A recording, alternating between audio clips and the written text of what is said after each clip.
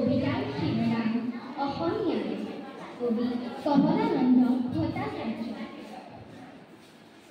ধনে ধানে ধুনীয়া অসমীয়া দিবৰো দুৰ্লভ মোৰ উপজা ঠাই মোৰ উপজা ঠাই মৰি মৰি কাউচে জনমভূমি নাই পৰ্বতে ভৈয়ামে তোৰ সন্তানে গায় অসম তোৰে গুণ তোকে ধিয়াই মোৰ শ্যামলীয়াই গছে বনে নৈয়ে ফুলে নাচি নচুৱাই মণিপুৰী অকাল ভূত দফলানো চাই আবৰ মিচিনি নগা শহুদৰ ঠাই